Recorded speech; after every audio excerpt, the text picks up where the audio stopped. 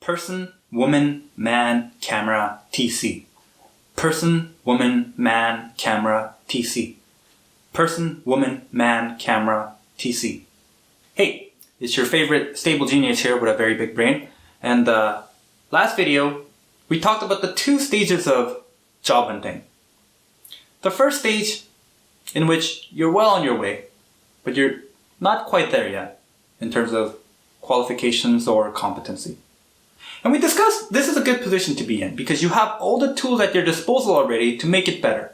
And surely enough, most people don't stay in this stage for too long.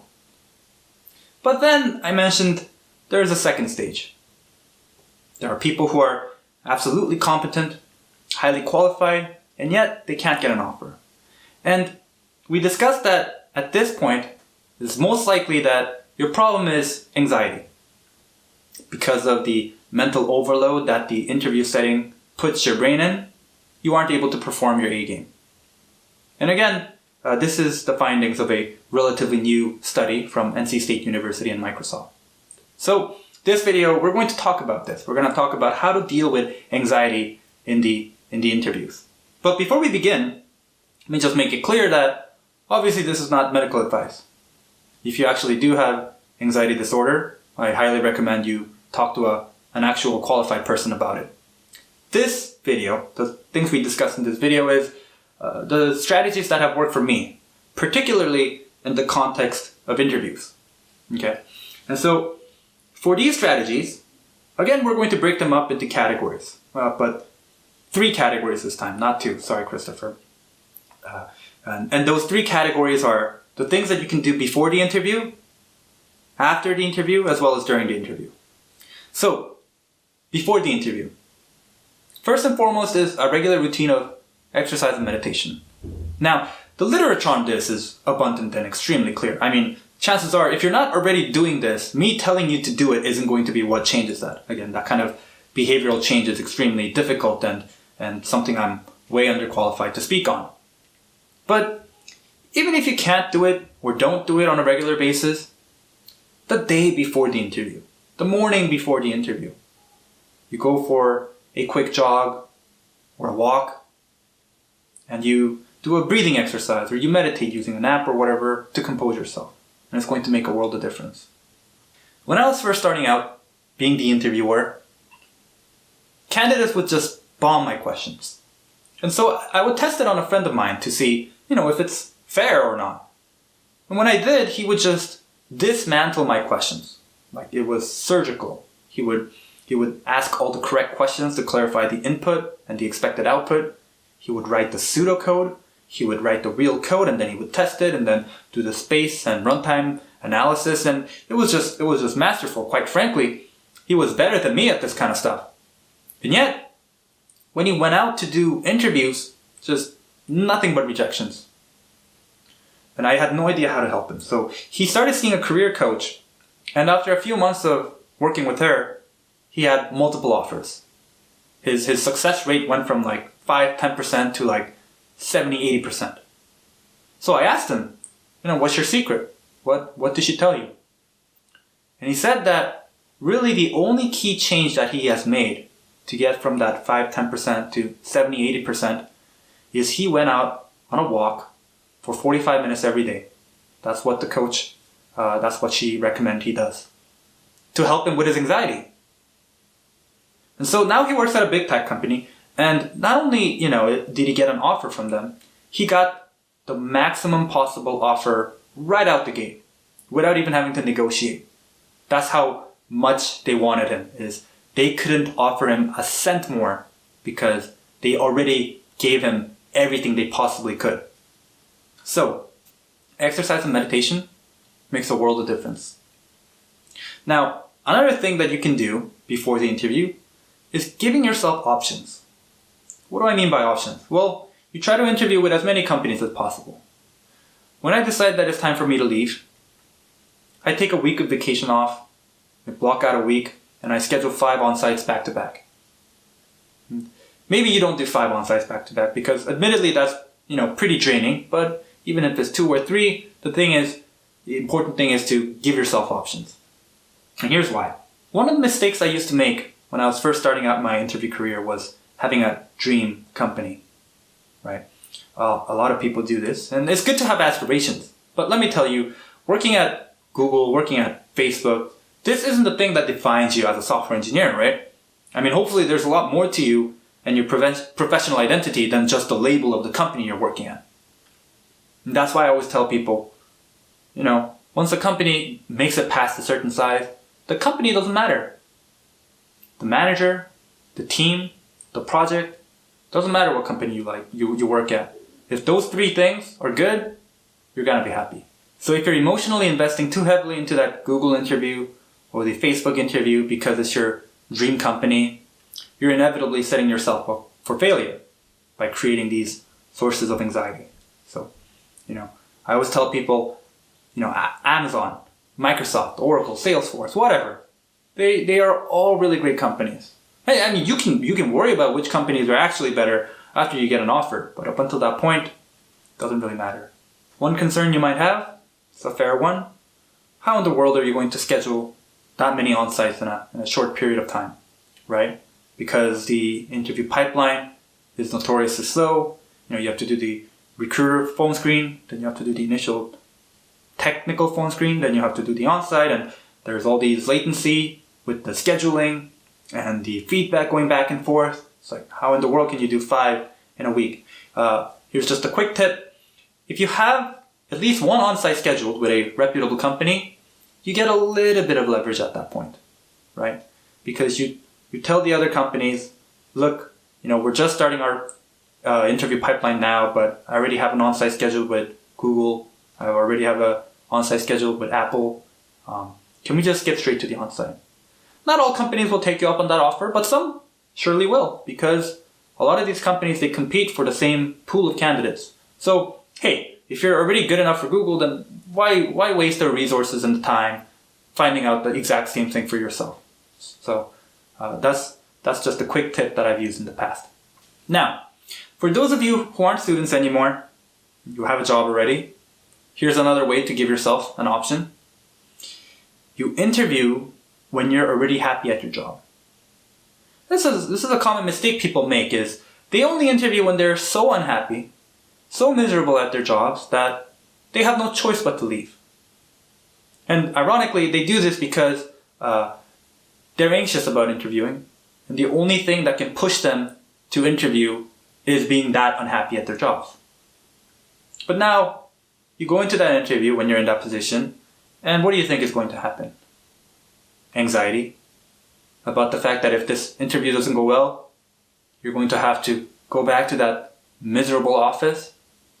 And you think when the interviewer asks you, so why do you want to work here? And you give your answer, you think they won't catch the cues about how unhappy at your job are? And then they're going to wonder what's wrong, right? So, interview when you like your job. The thing is, some companies, they also keep their offer valid for several months to a year. Google for a year, Facebook for 6 months. I mean, the same team that you interviewed with might not be available, but that option is there if you decide to exercise it later on, right? And so if you don't decide to take them up on their offer, you stay at your current job and you have a conversation with the manager. And you just say, hey, look, I had a really compelling offer come in from a different company, but I love working here and I would like to stay. Do you think we could maybe reevaluate my compensation? Right? So you can get a raise out of it too. So, exercise and meditation. Giving yourself options. Do that before your interview and you're already eliminating some of those sources of anxiety for yourself. Now, it's interview day. What can you do during the interview? What do you do? Well, here's a simple one. You just take breaks. Now, most interviewers will already offer this. At the beginning of every session, they walk into the room and they ask you, all right, well, before we begin, do you need to take a break? Drinks, washroom. I recommend that you take that offer because it's really difficult to keep your professional persona on for 6 hours straight. And during that break, you remind yourself that it doesn't matter how the last interview went, right? The fourth time I interviewed at Google, I thought I thought it went not very well. I was pretty confident that they will not proceed. And yet a few weeks went by and the recruiter emailed me saying I'm hiring committee approved. I was pretty surprised, but I thought back to that interview, particularly the one I thought went very poorly. And I remember the interviewer said, that's actually the first time he's ever asked that question. So maybe afterwards he decided, maybe that question's too hard. Maybe it's not fair. He gave it to other candidates too, and they actually did even worse than I did.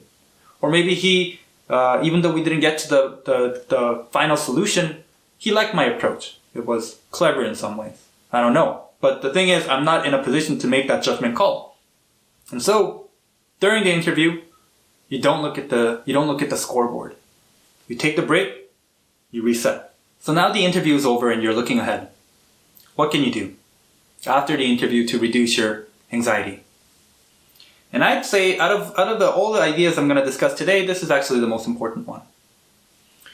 And I was incredibly blessed when I was first starting my career to watch this video titled, Would You Take This Bet by Veritasium? I'll link it in the video description as well. But the video centers around this idea of loss aversion, right? The idea of losing something to the human brain is 2 to 3 times more powerful than the idea of gaining something of equal value.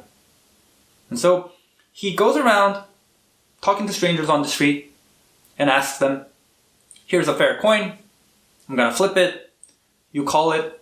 If you call it right, I'll give you $10. But if you call it wrong, you're going to give me $5. Would you take this bet? And most people say no. And so he's like, well, why not? This is unquestionably a good bet for you, right? I'm offering 10 while you're offering 5. And it is a fair coin. And people will say, well, I have my $5. And I want to keep the $5. I don't need your 10. And then he changes the idea a little bit. Says, okay, what if we play this game 100 times in a row? Right? Then would you take this bet? And not everybody changes their mind, but surely some do. It's like, why? Well, because over multiple series of these bets, the idea that you're going to win out is very, very likely, right? And so the moral of the story is, how are you going to take 100 bets if you're not willing to take the first one? I know a lot of people that are competent, unhappy at their jobs, and yet they don't interview because they're anxious about it. And the ironic thing is, the only thing that can fix that is interviewing. The continued practice of interviewing is an exposure therapy of sorts, which is, by the way, what they use to treat actual anxiety disorders, right? So I recommend early on in your career, you get this out of your system. You interview as much as possible. You start taking as many of these bets as possible. And even once you have a job, I recommend you at least continue the practice of interviewing. Once a year, twice a year. I remember my first interview and the rejection that followed. It felt a lot like getting turned down by my first crush after I told her how I felt about her. The butterflies in the stomach. And the interview after that, and the rejection that followed, a little bit better that time. Just a little bit. And now, hundreds of interviews later, yeah, I still get a little bit anxious. And if I get rejected, I get a little hurt, get a little upset.